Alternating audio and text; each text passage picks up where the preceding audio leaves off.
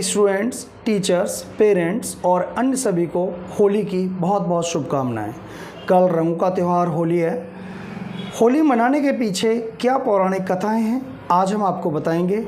वैसे तो सभी ज़्यादातर लोग जानते हैं कि होली क्यों मनाई जाती है।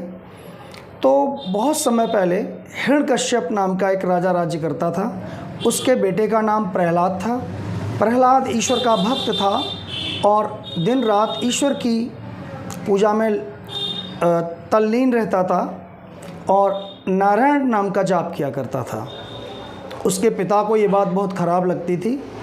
उसका पिता ईश्वर का नाम लेने वालों को, पूजा पाठ करने वालों का दुश्मन था वो, और ऐसे लोगों को वो कड़ा दंड देता था और जान से मार देता था। उसने अपने बेटे को समझाया कि वो ईश्वर की पूजा ना करे, लेकिन उसका बेटा नहीं माना। उसे नारायण के जाप करने में अद्भुत आनंद की प्राप्ति होती थी और उसका पिता हिरण्यकश्यप उसे मारने के उपाय सोचने लगा।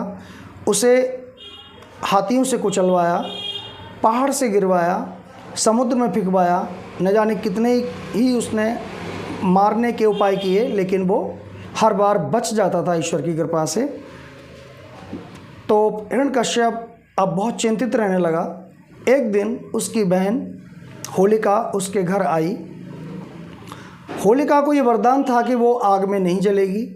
होलिका से उसने सारी बात बताई तो होलिका ने एक योजना बनाई। उस योजना के अनुसार होलिका लकड़ियों के बीच में प्रहलाद को लेके गोद में लेके बैठ गई और उसमें आग लगा दी गई, क्योंकि होलिका ने समझा कि प्रहलाद मर जाएगा, क्योंकि प्रहलाद को कोई वरदान प्राप्त नहीं है और होलिका बच जाएगी। इस तरह से वो छुटकारा पा लेगा हिरण्यकश्यप अपने बेटे से। लेकिन हुआ उल्टा। ईश्वर की कृपा से होलिका जल गई। जब सुबह देखा तो होलिका जली हुई पाई गई और प्रहलाद ईश्वर के गुणगान गा रहा था, और वहीं से होली की शुरुआत हुई और सभी लोगों ने वो जली हुई लकड़ियों की राख एक दूसरे के ऊपर मली और होली की शुरुआत हुई। इस तरह होती है होली की शुरुआत, और आप समझ गए होंगे। धन्यवाद।